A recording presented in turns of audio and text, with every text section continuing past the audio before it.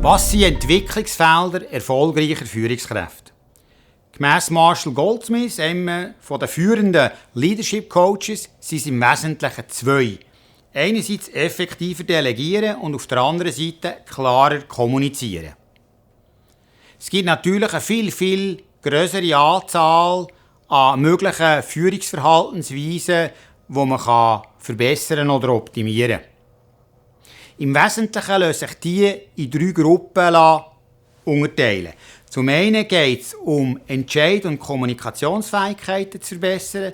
Zum anderen geht es darum, die Organisationskultur zu entwickeln und seine Führungskräfte zu entwickeln. Und zum dritten geht es um effektiver zu werden, um operative Effizienz.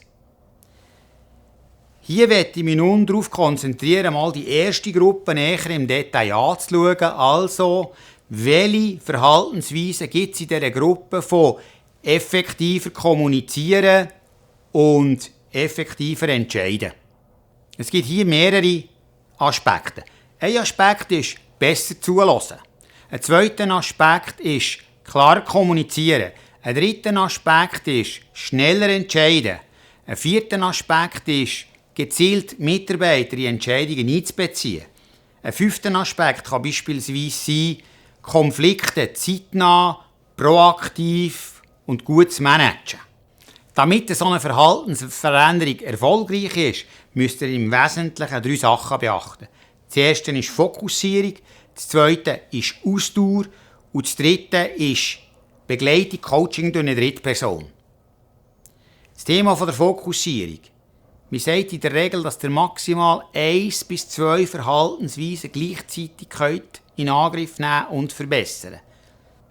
Das zweite, mit Ausdauer ist gemeint, dass es rund 12 Monate braucht, wo man dranbleiben muss, bis die Verhaltensänderung Teil der eigenen Persönlichkeit geworden ist. Und der dritte Punkt mit dem Coach. Den Coach braucht ihr, damit ihr jemanden habt, der euch ständig challenged, der schaut, dass ihr auf Kurs bleibt und immer dann, wenn ihr aus irgendeinem Grund abweichen von eurem ursprünglichen Ziel oder Vorhaben, euch dort hilft, wieder zurückzufinden auf einen Weg, den ihr ursprünglich gehen wollt.